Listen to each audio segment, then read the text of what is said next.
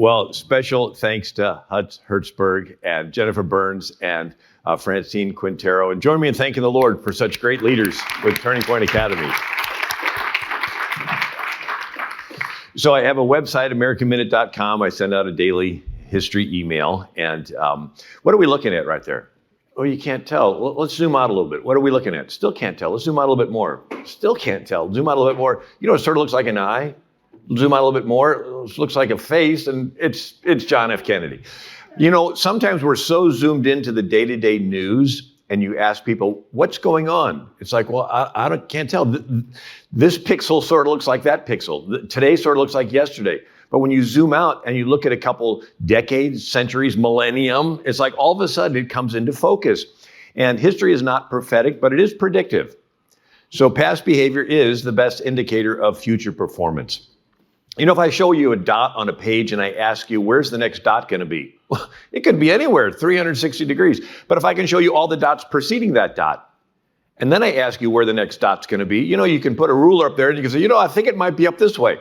So knowing the past gives you some indication of where it's headed. Winston Churchill said, the farther back you can look, the farther forward you are likely to see. It shows you the trajectory. Patrick Henry, I know of no way of judging the future but by the past. And then Lord Acton, the story of the future is written in the past. Why? Because human nature repeats itself. Now, JFK gave a quote, history after all is the memory of a nation. And then on his staff was Pulitzer Prize winning historian Arthur Schlesinger. And he's the one who most likely came up with the quote originally. But Schlesinger said, history is to the nation as memory is to the individual. So have you ever met an individual who has lost their memory? Maybe they have Alzheimer's. It's really sad. They don't know who they are. We sort of have national Alzheimer's. Here we are, the freest country that planet Earth has ever seen. And we forgot who we are, and we forgot how we got here. And so sometimes when you're teaching history, in a sense, you're giving an Alzheimer patient their memory back, right? And my mother-in-law had Alzheimer's before she died, and I talked with her for about a half an hour one time, and then I'm leaving, and she says, Bill? Right? I mean, she finally recognized me. And so when you're sharing people, this is how unique America is. They're like, whoa, okay, I'm getting it. Now, I'll throw this in. For those of you that are in settings where you don't have the freedom to share your faith, there's a saying, let history say what you can't. I was talking to some city commissioner one place, and she wanted to open with prayer, and they said, oh, no, you can't. And she says, well, can I read a quote from George Washington? And it's George Washington's prayer. So there's something called Philosophies of History, and the linear is Judeo-Christian. There's a beginning point, ending point, creation, judgment, prophecies made, prophecies fulfilled. The animist, or your basic pagan view of history, is the circle of life. Everything just keeps repeating itself. I talked to somebody from India one time, and she said, well, you that believe in the Bible are so lucky. She says, we have these Vedas, these, sayings that are passed down, but we don't know who said them and where they came from and how long they've been around. It's just sort of gets lost in the past. But things just keep repeating itself. But, with Jews and Christians, you know that Moses said something and when. There's another way of interpreting history. It's a Marxist class struggle. Always the terrible rich oppressing the poor. And then there are those that revise history to advance an agenda. And this is where you have news reporters can spin a story to push an agenda. Well, all history is a bunch of stories that they can twist. And then there's the nihilist view of history. And it's Nietzsche, God is dead. Everything's random. There's no purpose to anything.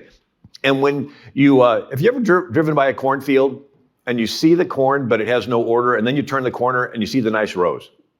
History from a nihilist point of view, which is the way that they teach it in many of the government schools, there's no purpose to anything. Just a bunch of random dates and figures. No wonder it's boring to kids. But then when you turn from the nihilist view to the linear Judeo-Christian view, it's like, hey, God had a plan. Things didn't happen by accident. Freedom can spread so that people can be all that God made them to be, and they can be blessings, and our worship of God can be voluntary rather than forced by a government. Now, one of the projects I had years ago was in studying history was going back to the beginning of writing. And writing was invented around 3300 BC, Sumerian cuneiform on clay tablets in the Mesopotamian Valley. We're talking history, well, it has to begin with writing. 3000 BC is when Egyptian hieroglyphics were invented. Chinese characters were invented around 2600 BC, Indus Valley, the Harappan Empire at the same time. Neil deGrasse Tyson, an astrophysicist, in his Cosmos TV series, said, it was here around 5,000 years ago between the Tigris and Euphrates rivers that we learned how to write. And of course, I point out that that's not that long ago, right? 5,000 years, we're around 2080, that would have been around 3000 BC. Franklin Roosevelt said 5,000 years of recorded history have proven that mankind has always believed in God in spite of the many abortive attempts to exile God. So he uses the number 5,000. Richard Overy wrote Time's Complete History of the World. No date appears before the start of human civilizations around 5,500 years ago and the beginning of a written or pictorial history. And so let's round that out to 6,000 because many quotes use that number. It's only 60 people living 100 years each, back to back. So how many of you have met someone who's lived 100 years, right? Maybe a grandmother. We're talking 60 grandmothers, and you're all the way back to the beginning of recorded human history. Everything that's ever been written down about anything has happened within that time. But now that we have 6,000 years of records, let's look at them. We want to sort of observe trends. We see there's been a 6,000-year quest to rule the world. And the first civilization, we have Nimrod, Tower of Babel. And Josephus, the Jewish commentator, said Nimrod wanted to build a tower so high that if God destroyed the world again with a flood, he could survive the next one by being on top of this building. And then he made everyone bake bricks and bring them, or he would kill them. And of course, God comes down, confuses the languages, they scatter. But it's almost like every generation since has tried to rebuild the Tower of Babel. And every time it comes around, it's a little bit worse. And so when you read history, you observe trends. You know, in geometry, there's something called the golden ratio or the Fibonacci sequence, where it's a rate of geometric expansion that you observe in seashells and tornadoes and hurricanes and galaxies. And it gets applied to other areas of academia, like investments. When Bitcoin first started taking off, it's going to grow at this rate. And I thought, has anybody applied this to history? To kingdoms. And so sure enough, if you look at, you have Nimrod, Tower of Babel, and then 2500 BC, Gilgamesh, king of Uruk. He's the first one to build the wall around the city. Oldest story ever written in any language is the Epic of Gilgamesh. And he is on a journey to meet an old guy who survived a global flood. Calls it a global flood. This old guy had built a boat, covered it with tar and pitch, filled it full of animals, and then repopulated the world. It's the story of Noah, written 1,000 years before Moses. Matter of fact, over 100 ancient civilizations have flood stories in their ancient past. And then 2250 BC, Sargon of Akkadian conquers a bunch of walled cities from the Mediterranean to the Persian Gulf. And then 2,000 years of Egyptian pharaohs, and they control cattle and land. And then 5,000 years of Chinese emperors. And 700 BC, Assyria is the biggest empire in recorded history up to this point. And he's the one who takes the 10 northern tribes of Israel captive. Assyria is conquered by Babylon, Nebuchadnezzar, and then that's conquered by Persia. And Cyrus of Persia has the biggest empire that history records up to this point. And he's the one that let the Jews go back and rebuild the temple. But then Persia is conquered by Alexander the Great, 330 or so BC. He's got the biggest empire up to this point. And then he stopped from going into India. And they have Chandragupta and the Maurya Empire, controlling a quarter of the world's population, even back then. And then 25 BC, Augustus Caesar has the biggest empire. And he even wanted to have a worldwide tracking system. It was called the census. And if he could have had 5G and cell phones and satellites, he would have been tempted to track people that way. An Ascomite empire in Africa, and Attila the Hun, 450 AD. He's got the biggest empire, an army of 500,000 men wiping out cities. And then the Byzantine Empire with Justinian. And then the 7th century Islam, and they conquer from the Persian Gulf to the Atlantic Ocean. They conquer Spain, and then they're stopped from going into France. 800 AD, Charles Martel's grandson is Charlemagne, and he's got the biggest empire. And then 1000 AD, Vikings come along with boats with low keels. They go up every river in Europe, and they've got the biggest empire. And then 1200s, Genghis Khan conquers from Korea to Hungary. He's got the biggest, kills 30 million people. Biggest empire, biggest contiguous empire, land connected, that the world had ever seen. And then his grandson's Kublai Khan. And then Tamerlane, kills 17 million people in the 1300s. Ivan the Terrible controls Russia, 12 time zones. It's huge in the 1400s. And then you have, in this hemisphere, Montezuma, head of the Aztec Empire. And then Atahualpa in Inca, Peru. And then the 1500s, the King of Spain has the biggest empire that planet Earth had ever seen. The Philippines are named after his son, King Philip. And then the 1600s, the King of France has the biggest empire the world had ever seen. He actually owned the land that we're on. It was once his property. And then in the 1700s, the King of England has the biggest empire that planet Earth had ever seen. 13 million square miles, 500 million people. And anybody that can do plotting sees that at some point it's going to max out on a global level, right? Human nature doesn't change. What changes is technology, where kings have newest military advancements, they can kill more people. And with technological advancements, they can track more people. But it's that same fallen nature, and it's going to max out. Jesus says wheat and tares grow together till the harvest. And when you have that view, it's like, okay, we want to turn it around, but it's almost like the crisis of each era is an opportunity for the people that are alive to show on the outside what they really, really believe on the inside. And historically, Christians have always run to the need, right? The bubonic plague, they're rushing there, the plague of Justinian, we're here to help, and other people make selfish decisions. And now, why does power want to concentrate? These are trends that you observe in history. It's in each of our own fallen, selfish human nature. And Cain kills Abel, and you have one king taking a kingdom from another king. St. Augustine called it libido dominandi, the lust to dominate. People say history repeats itself. Really, human nature repeats itself. And if you can understand human nature, you can understand history. The only variables are military advancements and technological advancements. And so you put some babies in a playpen, one of them takes the rattle from the others. You put some kids on a playground, one's the bully, hogging the ball. Put some junior high girls in a clique, one of them is the diva. You put some natives in the woods, one of them is an Indian chief, put them in an inner city, one of them is a gang leader, and all a king is a glorified gang leader. It's a hierarchical system. If you are friends with the king, you are more equal. If you are not friends with the king, you are less equal. You're an enemy of the king, you're dead. It's called treason. Or you're a slave. People say, I thought slavery started in 1619.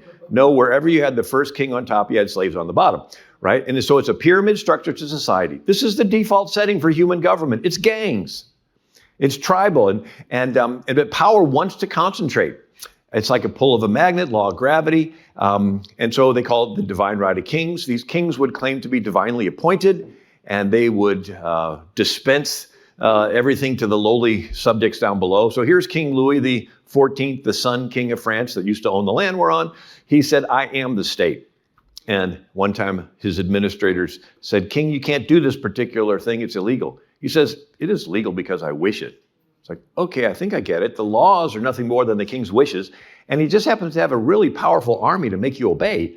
And then here's King James, Jamestown, named after him. He said, kings are God's lieutenants upon earth, sit upon God's throne. The king is the overlord of the whole land, master over every person, having power over the life and death of everyone. Can you begin to see why America's founders wanted to break away? So here's this globalist. The King of England was a global, one world government guy. And kings have subjects who are subjected to their will. Democracies and republics have citizens. The word citizen is Greek. It means co-sovereign, co-ruler, co-king. Right? So America's founders flipped it and made the people the king. It's a change in the flow of power from top down to bottom up. And so here's a quote from James Wilson, a signer of the Declaration. After a period of 6,000 years since creation, the United States exhibit to the world the first instance of a nation assembling voluntarily and deciding that system of government under which they should live. So he uses the number 6,000 in his quote. Daniel Webster said, miracles do not cluster. What has happened once in 6,000 years may not happen again. Hold on to the Constitution. For if the American Constitution should fail, there'll be anarchy throughout the world. Now, why would there be anarchy throughout the world? Because for 6,000 years, people have suffered under the thumbs of pharaohs and Caesars and Kaisers and sultans and czars, and your worth is only if you serve the guy at the top. And people said, gee, if only we could rule ourselves without a king. Wouldn't that be wonderful?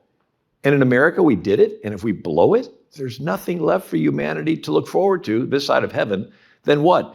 Chinese communist dictators, Iranian Ayatollah dictators, Russian dictators, North Korean dictators. It's going to be a gang war on a global level with the most modern weapons, right? And human rights will be crushed. John Jay was the first Chief Justice. He said, Americans are the first people whom heaven has favored with an opportunity of choosing the forms of government under which they should live. All other constitutions have derived their existence from violence or accidental circumstances. Your lives, your liberty, your property will be at the disposal only of your Creator and yourselves. So if you know history, all of a sudden now you have a value to America that we didn't know before. That what we have here is really unique. We're giving the Alzheimer patient their memory back. If I were to pick one quote that shows what makes America great, it's this one right here. Your lives, your liberty, and your property are at the disposal of you and God.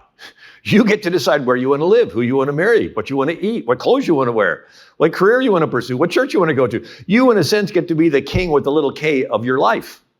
And then all of us together are the co-kings of America. And we have a voluntary opportunity of casting our crowns and submitting to Jesus, the King of Kings. But it's voluntary. It says, thy people shall be willing in the day of thy power. Reagan put it this way: in this country of ours took place the greatest revolution that has ever taken place in the world's history. Every other revolution simply exchanged one set of rulers for another. Here, for the first time in all the thousands of years of man's relation to man, the founding fathers established the idea that you and I had within ourselves the God-given right and ability to determine our own destiny. So you study history, all of a sudden we realize we got something really unique here that you didn't have before. The founders got their ideas from ancient Israel, that first 400 years out of Egypt before King Saul. It's called the Hebrew Republic. It's a covenant form of government where you get blessings from God, you voluntarily share them with your neighbor because you're doing it as unto God, where socialism is the government takes away your stuff and redistributes it to their friends. The word federal is Latin for covenant. It's a way for us to rule ourselves without a king.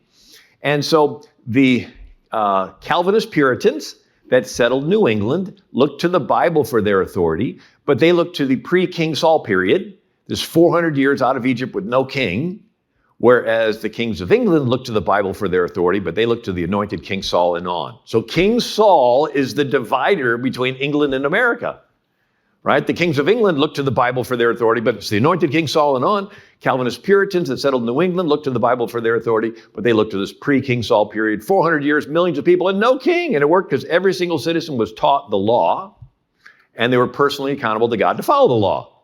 And so they taught Hebrew at Yale and Harvard. And so you got around 1400 BC, Israel comes out of Egypt, and they come into the promised land, and 400 years, no king. It's an anomaly that you don't appreciate until you study all the history of all the kingdoms and realize this is really unique. Millions of people and no king. And Israel was the first nation with a literate populace. And so we're studying history and the writing and recording of history. In Sumeria, they had cuneiform. Take a stick, poke it in clay. They had 1,500 cuneiform characters. Imagine teaching those to kids. But it was only for kings and court records. Egypt had 3,000 hieroglyphic characters. Only 1% of Egypt could read. Reading and writing was the scribe's secret knowledge. They actually kept the hieroglyphs complicated on purpose as job security. And China had 10,000 characters. Imagine teaching those to the kids. And so only the upper class could read. And uneducated people are easier to control. And so anthropologist Claude Levi-Strauss, ancient writing's main function was to facilitate the enslavement of other human beings. It's the deep state. They know what's going on, and everybody else is ignorant. So when Moses comes down the mountain, he doesn't just have the law. He has the law in a 22-character alphabet, not 3,000 hieroglyphs or whatever. 22 characters. First letter's Aleph, second letter Beth. Sound familiar? It's so easy to learn, kids could learn it. Ancient Israel is the first nation with a literate populace. So not only do they not have a king, the people are the king, but they're educated. And by the way, God chose Abraham because he knew he would do what? Teach his children. In the law, it says, teach them the laws to thy sons and thy sons' sons. Now, if you think of it, you're a spirit, mind, and body. Your mind is like a super fancy computer. It's more than that, but it's at least that. And your body's like the computer case, which makes it silly for people to argue over what color the computer case is. Imagine if I were to say blue computers are better than green computers. You're like, really? Doesn't matter what color the computer is or the iPhone? What matters what apps, what software is on it. It doesn't matter what color somebody's skin is. It's what behavioral software is running on their brain. Is it love one another, do good to those that hate you, turn the other cheek, bless them, right? Or is it cancel them, get them to lose their job, make their kids pay and their kids' kids pay, right? Even Ezekiel said that the child shall not pay for the parent's sins. The soul that sinneth, it shall die. Right? And so, anyway, so the battle today is who gets to load the software on the next generation's brains. And the other side wants to put their malware, their spyware, their corrupted files, their, right, all that malware on the kids' brains. And it's our job to put the truth on there, right? And so thank you for what you're doing. You are very important. You are the most important, right? If we don't pass this on, all of this knowledge to the next generation, it's over. And all these socialist leaders, right, from Hitler and Stalin, they said, do whatever you want, but we got your kids and we're going to program them. And anyway, so all government in world history is somewhere on this line. Total government on one side, no government on the other side, right? Make it real easy. Everyone hold up a fist in one hand and say concentrated power. Concentrated power. Fingers apart with the other hand, say separated power. Separated power. Now back to the fist, concentrated power. That's world history. For most of world history, power is in the hands of the pharaohs and Caesars and Kaisers and sultans and czars. Very rarely is the rubber band stretched and power is separated into the hands of the people. But in times of fear, people panic and let go of the rubber band and it snaps back. And so kings rule through fear. That's what Montesquieu, and the most quoted philosopher by the founding fathers outside of the Bible, Montesquieu said kings, that's the spring, like in a watch. That's the energy that makes a dictator work is fear. And but he says republics, the motivating force is virtue. Because the people are the king, they need to be responsible. And so in ancient Israel, 400 years, no king, every person is taught the law. I was trying to think of a way of explaining this. Imagine if everybody downloaded a behavioral app on their iPhone, right? Instead of a GPS app telling you where to turn in real time, imagine a behavioral app that tells you how to act in real time, right? It's monitoring your blood pressure and your voice volume, and it sees there's somebody close in the vicinity, and it runs this algorithm. You're about to lose your temper. Alert, don't lose your temper. And then it monitors your bank account, sees it's a little low, and then geoposition sees you're in a store with expensive stuff and nobody's in the vicinity, runs the algorithm. You're being tempted to steal. Don't steal, right? And then the Israelite priests were the computer geeks that help you to download the app. Like, where do you get that? Okay, Apple Store, Google Play, line upon line, precept upon precept. And so everybody in ancient Israel downloaded this app called the law. Told them where to turn, told them how to act. But the big question is, why would you follow it? What would motivate you to follow an internal moral? Israel had the key ingredient. There's a God who's watching everyone.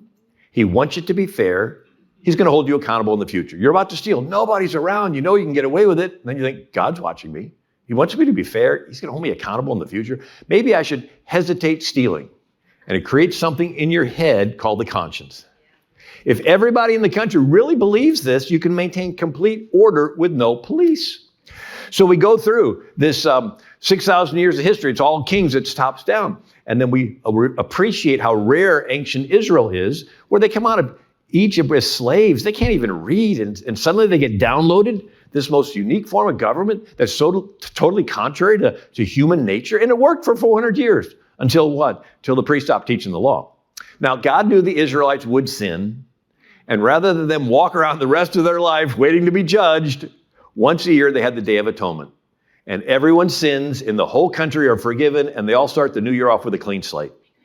And biblically, that's foreshadowing Jesus. He's our atonement, right? And you're not forgiven just for the year, but for your whole life and for all eternity. And Reagan said, without God, there's no virtue, because there's no prompting of the conscience. Right? If there's no God, laws are just made up by a bunch of old white men. Why follow them? Well, some will, as long as it's, socially acceptable. Others are going to say, forget this, and they're going to yield to their selfish side, and there's going to be robbing and stealing and smashing windows and setting things on fire, and everybody's going to say, we need somebody in the government to come in and restore order. And the government's happy to, but they take away your freedoms and your right to own weapons and everything. So, ancient Israel, they got rid of their knowledge of God, knowledge of the law, got rid of their virtue, and it turned into chaos. Why? Because the priests stopped teaching the law. You think they did? Well, yeah, here's Eli, the high priest. His own sons are sleeping with women in the very tent where the Ark of the Covenant is. And then another Levite with a graven image in the house of a guy named Micah. The tribe of Dan comes along and steals the graven image and tells this Levite, come along with us, you can be a priest to our whole tribe. And you're like, what's this Levite doing with the graven image? Isn't it one of the commandments? You're not supposed to have them. And then there's the Levite with a concubine. The law says the Levite's to marry a virgin of his own tribe. Here he is with the woman he's not even married to. He's not following the law. And the poor concubine's raped to death by a bunch of sodomites. And by the time you're grossed out, you read this line, every man did that which was right in their own eyes. Why? Because the priest stopped teaching them what was right in the Lord's eyes. They lost the fear of God. They lost the knowledge of the law. All they had was their human passions that they yielded to. It turns into chaos. And that's when all of them go to Samuel the prophet and they say, we want to be like all the other countries. The self-government system's no longer working. We want a king. And Samuel cries, and the Lord tells him, they have not rejected thee, but they have rejected me, that I should not reign over them. So God's original plan for Israel was to not have a king, have everybody be taught the law, everybody own private property and have a weapon and be blessed.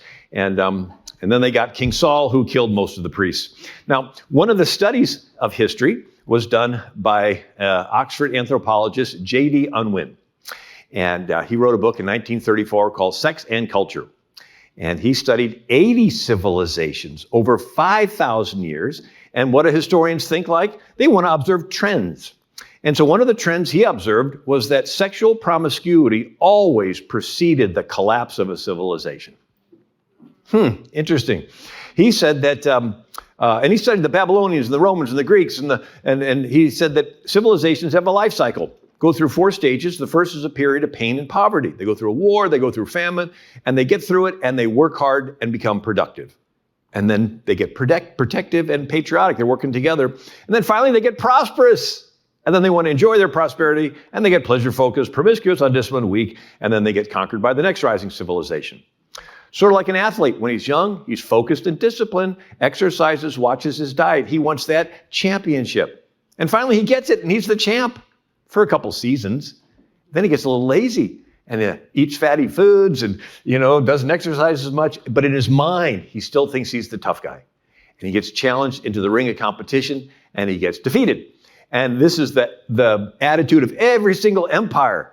And they reach this epoch, this pinnacle of success, but then they want to enjoy it. And then they end up getting in debt. Debt is fat to the body politic. That's my little phrase, right? What's fat? It's not muscle tissue, it's not brain tissue, but you got to carry it around and pay interest on it, right? So J.D. Unwin even called it a sexual marketplace. Now, this is 1934. He says, when women as a whole say nothing happens unless there's a commitment, the guys make the commitment and go out and work hard to make their wife happy, and then something happens, little kids appear, and the guy has another emotion called being protective. And when all the men of the country are productive and protective, rising water floats all boats. The country becomes productive and protective and innovative and expansionistic and creative and even militaristic. But when the women as a whole say there does not need to be a commitment, you got a bunch of guys saying, hey, pleasure time, water seeks its own level. And they're going to be irresponsible and more immoral and lawless, and fewer kids are going to be born to fill the ranks of the military. And when enough of the men of the country act this way, the country gets weakened and then they get conquered. I saw a little video recently of little kids in America and little kids in China. And the little kids in America were dancing through the rainbow balloons in their little school. And these little kids in China, I mean, they're dressed in camos and they're taking apart and putting together pistols, like really fast. Now, you look at it, it's like, okay, these kids are going to spend half their life trying to find out what sex they are. And these kids are preparing for war. And, the laws of international politics is basically strength, that a gang will only respect another gang if the other gang is strong. And one kingdom or empire or country will only respect another one if they're strong. Anyway, so John Adams writes to Thomas Jefferson, 1818, have you ever found in history one single example of a nation thoroughly corrupted that was afterwards returned to virtue? And without virtue, there can be no political liberty, right? Montesquieu, the republic needs virtue. Will you tell me how to prevent luxury from producing effeminacy, intoxication, extravagance, vice, folly, right? You have this prosperity and it produces promiscuity. And so we look at ancient Greece, and is this interesting? Yes. Ancient Israel was an attempt for people to rule themselves without a king, and it lasted for 400 years, and then they got King Saul. So Athens was an attempt to rule itself without a king. They had a democracy. Demos means people, krasi means rule. And so in the city of Athens, they had 6,000 citizens, and they were co-kings. And the chief characteristic of a democracy is tolerance.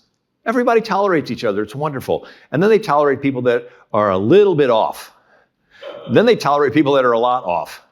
To finally, they're tolerating lawlessness. And there's random violence and muggings and burning stuff in the streets.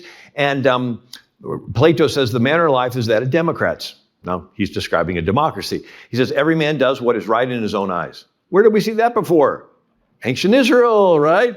And the father gets accustomed to descend to the level of his son and fear him, the son having no fear or shame of his parents. The teacher fears and flatters his students. The students despise their masters and tutors.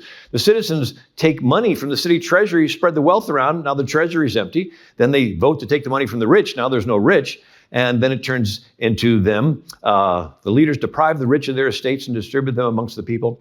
And then this tolerance goes into their morality. The young man passes into freedom and libertinism of useless and unnecessary pleasures. There's no conceivable folly or crime, not accepting incest or any other unnatural union. He is parted company with all shame, right? And so here he's saying, okay, we got this prosperity, but now we're just tolerating. It turns into chaos. And then they begin to say, we need somebody to come along and fix this mess. And just like Israel got Saul, he says that a governor comes along and promises to fix it. He just needs some emergency powers. Yeah. And once that happens, he restores order, but he takes over. And so Plato says that it's a two-tiered system. And so basically all socialism goes back to Plato. It's a two-tiered system of a ruling class that restores order, and then the ruled class that is ordered. And so the ruling class has a head of gold, which is the tyrant king, the philosopher king. And then his arms and chest of silver are the administrators. They're the deep state that carry out his will. And then the people are the abdomen of iron and bronze. So socialism is a two-tiered society of the ruling class and the ruled class. And he says, when the true philosopher kings are born in a state, they will set in order their own city. They will take possession of the children, who will be unaffected by the habits of their parents. These they will train in their own habits and laws. So we're going to take the kids away from the family, and then these kids will be taught noble lies. Lies! He says, we want one single grand lie, which we believe by everybody. Could you imagine taking the kids away from their parents and indoctrinating them with lies so that they can serve the state, so this philosopher king can stay in power, right? So we talked about world history, its kings. Israel had an attempt to rule without a king, but when they lost their morals, it snaps back and they get Saul. Athens was a democracy, and it ruled until Alexander the Great had conquered it. But Plato's talking about when they lose their morals, the rubber band snaps back. Let's look at one more, the French Revolution. France helped us in our revolution. You know what they got in return? Nothing but debt. And then their crops failed for a couple of years. And the people said, gee, if only we could chop off the king and queen's head, our problems will be solved. The motto of the French Revolution was liberty, equality, liberté, égalité, fraternité, right? Liberty, equality, fraternity. Sounds nice. Doesn't work. Liberty is experienced individually. Fraternity is their word for socialism. It's the group, the collective, the community, the deep state, right? And equality can be understood two ways. In America, it was equal treatment before the law. In France, it was everyone having an equal amount of stuff, equity. And if the fraternité, the group, the collective, the mob, thinks you have too much stuff, the benefits of the collective outweigh the benefits of the individual, and so they crush your individual liberties, confiscate all your stuff, redistribute it, and even kill you. And so they chop off the king and queen's heads, then they chop off the heads of all the royalty. They got stuff and we don't. Then they chop off the heads of the wealthy. They got stuff, we don't. They chop off the heads of the businessmen and farmers. They got extra food and stuff and we don't. Then they chop off the heads of the hoarders. Right? They got extra stuff. We don't have enough. They're selfish. They chop off the heads of the clergy because they're speaking out against the head chopping off stuff. And they chop off the heads of the former revolutionaries, the ones that got tired of chopping off heads. Somehow they're to blame. 30,000 people had their heads chopped off in Paris, France. They even had to invent a nice, clean head chopping off machine called the guillotine. And at this time in America, Yale president Timothy Dwight gives an address. He says, about the year 1728, Voltaire, so celebrated for his wit and his hatred of Christianity, formed a systematical design to destroy Christianity and to introduce in its stead a general diffusion of irreligion and atheism. The being of God was denied and ridiculed. Possession of property was pronounced robbery. You must have gotten it, stealing it. Chastity, natural affections were declared to be nothing more than groundless prejudices, right? We got this sexual promiscuity there. Adultery, assassination, poisonings, and crimes of other like infernal nature were taught as lawful, provided the end was good. So it's okay for you to smash windows of innocent store owners if it's helping you to achieve your agenda. And then the education of youth, books replete with infidelity, irreligion, immorality, and obscenity. Right? I'm so proud of Kurt Cameron going in and to the libraries and reading his books versus what they try to do. He says, to destroy us, therefore, our enemies must first destroy our Sabbath and seduce us from the house of God. Once you lose the fear of God, there's no anchor, and it's the state that decides what's right and wrong. And so they killed 300,000 in the Vendee, a rural area, and they tear down statues of good King Henry IV, who tried to patch up Protestants and Catholics. They dug up the bones of St. Genevieve and trashed them. And Robespierre puts a prostitute in Notre Dame Cathedral, covers her with a sheet, said this is a goddess of reason. And then they killed these nuns that ran the hospitals, and they didn't want done in the year of the Lord, so they made 1792 the new year one of the Republic. And they don't want a 7-day week because it goes to the Bible, so they come up with a 10-day week. And each day had 10 decimal hours. Each hour had 100 decimal minutes. Each minute had 100 decimal seconds. They said 10 was the number of man because you count with 10 fingers. And so they called it the metric system. Maybe that's why I never really liked the metric system. So in France, because there is no God, who decides what's right and wrong? The group, the mob, the state. And it turns into what? Chaos. And so we got ancient Israel. They stop teaching the law. It turns into chaos. They get a King Saul. And Athens, Plato says, right, if they give into the democracy, they tolerate people that are a little off and a lot off, and they're tied to lawlessness, turns into chaos, and then they want somebody to come along and fix it, and they get a tyrant philosopher king. French Revolution, it's, there's liberty, equality, there's no God, the mob decides, and it turns into chaos, and what do? They get a dictator named Napoleon. So lawlessness always precedes dictatorship. And they do something called deconstruction.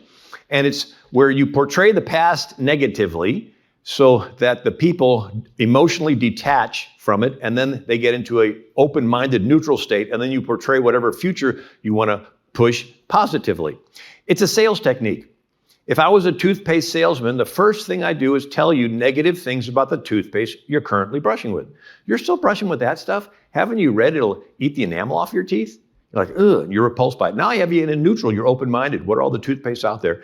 And then I give you my pitch for this brand new tartar control breath freshener toothpaste. So that's what they do. They go into the classrooms and they tell the kids negative things about the founding fathers. They took land from Indians. They sold people into slavery. They were chauvinists.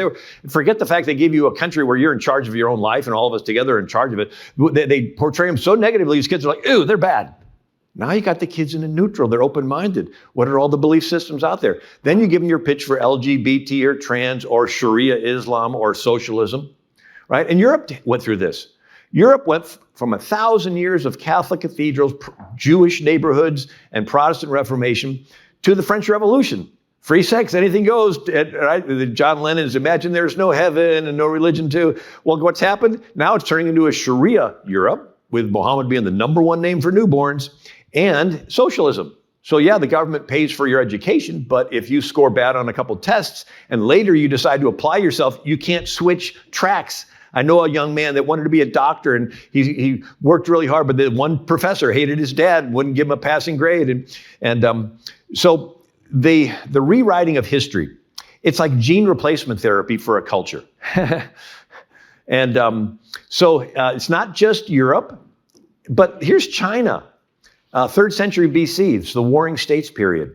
And you have a leader named half dozen kingdoms, one wins, Qin Shi Huangdi. And he is being criticized for doing things differently than they had been done for centuries before. So he decides he's going to destroy all records of how things were done before. He says, I, your servant, propose that all historians' records other than those of Qin's be burned. If anyone under heaven has copies of the classics of history, they shall deliver them to the governor for burning. Anyone who dares discuss the classics of history shall be publicly executed. Anyone who uses history to criticize the present shall have his family executed. And anyone who has failed to burn the books after 30 days of this announcement shall be sent to build the Great Wall. So this idea of destroying history, excuse me, I got a frog in my throat there, it's not just Western civilization. Every conquering country does this. And so Mao Zedong in the 1960s had a what? Cultural revolution. He destroyed 5,000 years of Chinese culture to do something new, the People's Republic. And so he destroyed the oldest Buddhist temple in China and the great gates of Beijing, and they did public shaming of anybody that was educated, and they destroyed this history. Pol Pot in Cambodia, Khmer Rouge, said 1975 was the new year zero.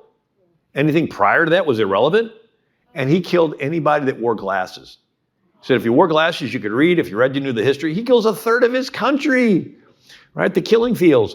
But he wanted to destroy history.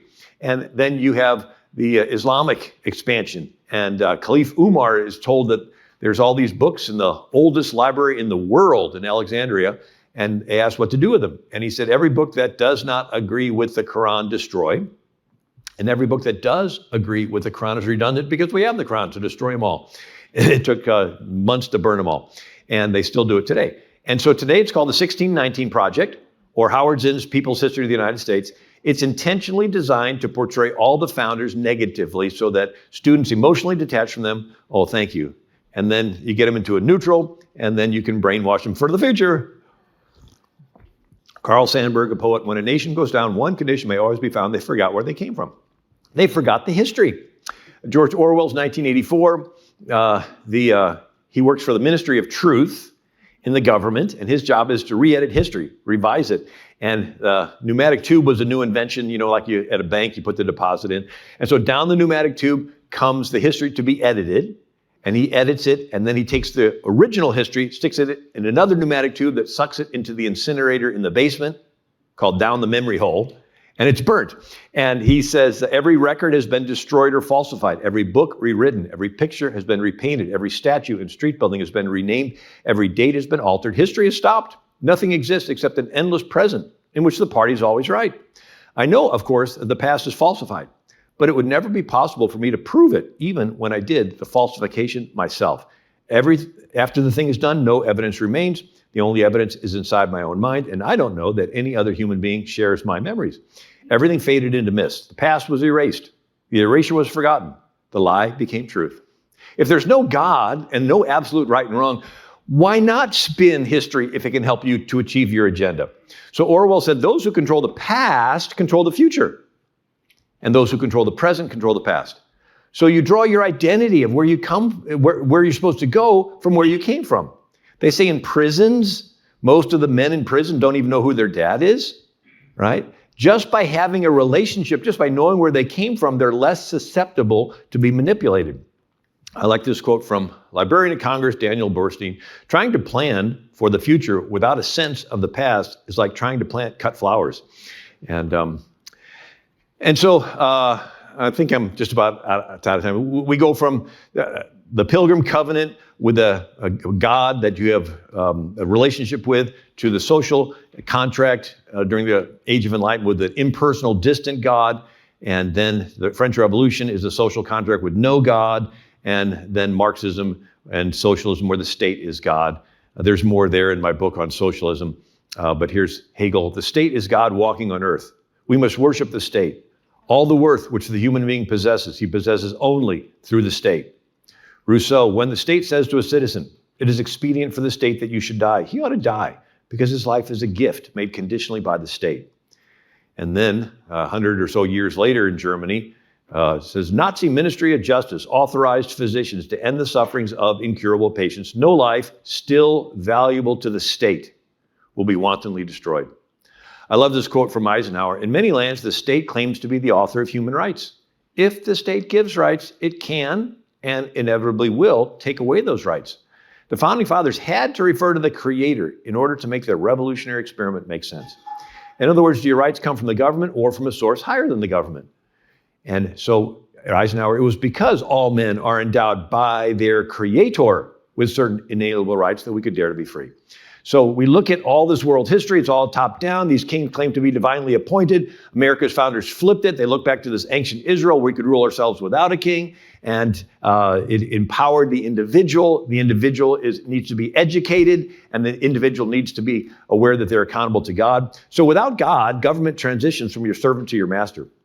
Without God, government switches from a policeman to a prison guard. Without God, government switches from guaranteeing your creator-given rights to being the grantor of your rights. And whatever government giveth, the government can taketh awayeth. And a couple more quotes. Roman historian Livy said, what chiefly makes the study of history beneficial is this: you behold the lessons as upon a famous monument. From these you may choose what to imitate and mark avoidance for what is shameful. Judge Learned Hand, he said, the use of history is to tell us past themes, lest we should have to repeat each in his own experience the successes and the failures of our forebears. And then C.S. Lewis. All that we call human history, money, poverty, ambition, war, prostitution, classes, empire, slavery, is the long, terrible story of man trying to find something other than God, which will make him happy. You know, I'm going to skip past lots of good stuff, but it's all in my book. And there's no way I can squeeze all this in, but it's really good.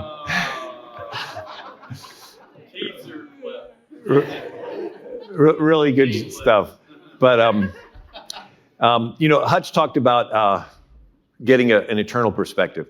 And you can't study history and see this affecting that, affecting that, affecting that, and going back without saying it at some point, what affected all of it?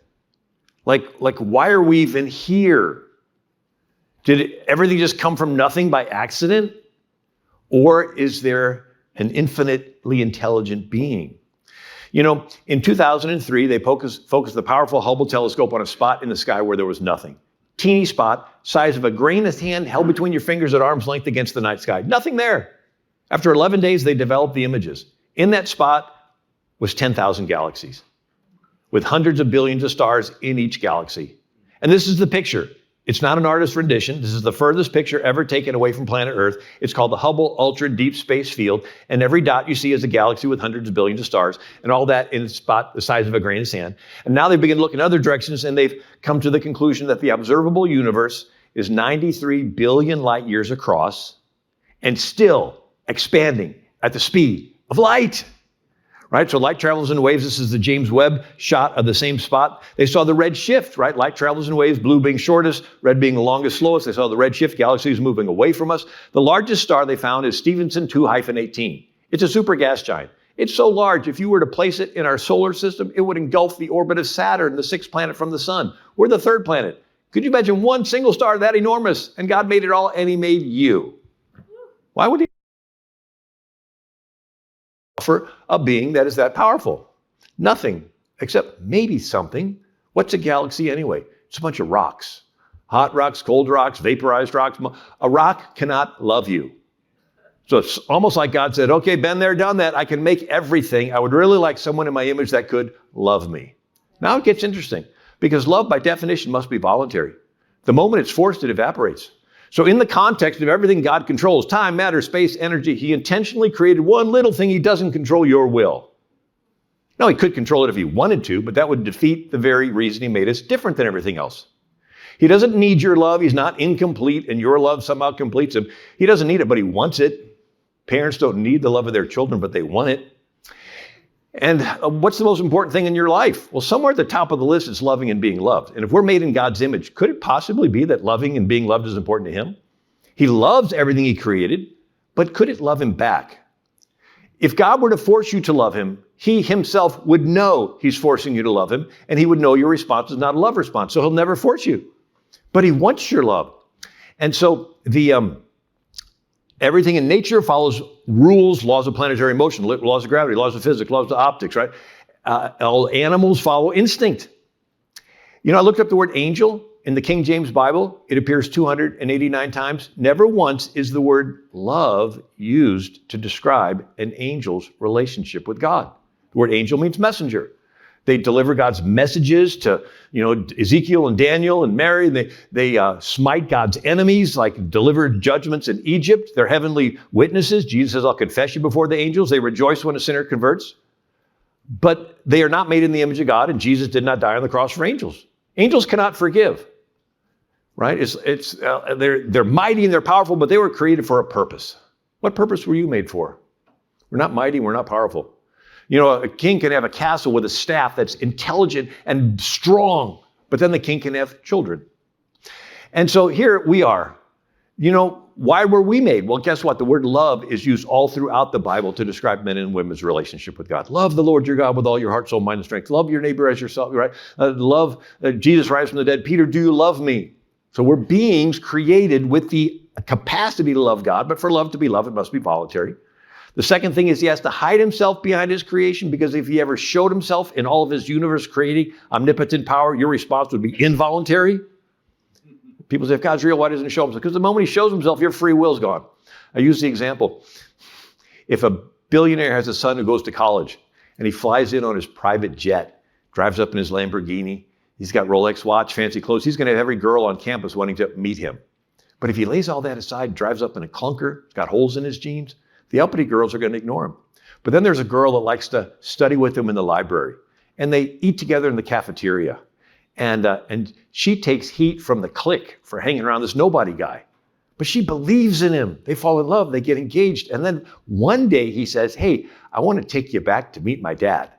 And you're like driving up to this castle mansion, and the girl's like, whoa, you didn't tell me about all this. He knows that she loves him for him, not because of all of his stuff. If Jesus would have come to earth with all of his glory, every political ladder climber, I'm your friend, but instead he's born in a manger. He only wants those that love him. All right. So he creates us as free will beings that with the ability to love him, hides himself so that with the opportunity. But there's a third thing. He's just and he can't help it, which means he has to judge every sin. If he doesn't judge a sin, by default, he's giving consent to the sin. Like in a wedding ceremony, it says if you're speaking now forever, hold your peace. If you're silent, your silence is giving consent to the wedding. If there's sins and God is silent, he's giving consent to the sin. And if God gives consent to one sin one time, he denies himself. He denies his just nature. And he cannot deny himself, so he can never be loved back until he came up with a plan. He actually had the plan before he created the first quark. And the plan was his own son would become the lamb and take the judgment for all of our sins. Right? So God is completely just and that he judges every sin. He's completely loving that he provided the lamb to take the judgment. And so Charles Wesley said, amazing love, how could it be that thou, my God, shouldst die for me? Right? So Jesus, the second person of the Trinity, only begotten Son of God, in the plan of redemption hidden from ages, it was a hidden plan. It says if the princes of this world had known, they never would have crucified the Lord of glory. Jesus became the lamb and took the judgment for our sin. And you say, well, God's just. How can one person pay for billions of people? We all sin, fallen short of the glory of God. Jesus is divine. He experienced judgment in a dimension we could never comprehend. It says a day with the Lord is as 1,000 years and 1,000 years as a day. He experienced judgment as if it was 1,000 years. And you look at, I have a degree in accounting, so I like things that balance. An eternal being, Jesus, who's innocent, suffering for a finite period of time, is equal to all of us finite beings who are guilty, suffering for an eternal period of time. An eternal being who's innocent, suffering for a finite period of time, is equal to all of us finite beings who are guilty, suffering for an eternal period of time. Infinity times finite equals finite times infinity. An unlimited being suffering for a limited period of time is equal to all of us limited beings suffering for an unlimited period of time. Jesus literally suffered the equivalent of eternal damnation in all of our places. He's the only one that could have done it. And out of love for the Father and out of love for you and me, he became the Lamb. He took the judgment of a just God, then rose from the dead to prove he was who he said he was. This way, you and I can approach this universe creating, omnipotent, all-powerful, and all-loving God and not have to worry about being judged, because all the judgment went on the Lamb. The Lamb is God's way to love you without having to judge you. And he came up with the plan. And then he fills you with the Holy Spirit, the third person of the Trinity, so that he can share his love through you to a lost and dying world. And the high top of the list is teaching the children that are made in the image of God that he loves the truths. So thank you so much. God bless you.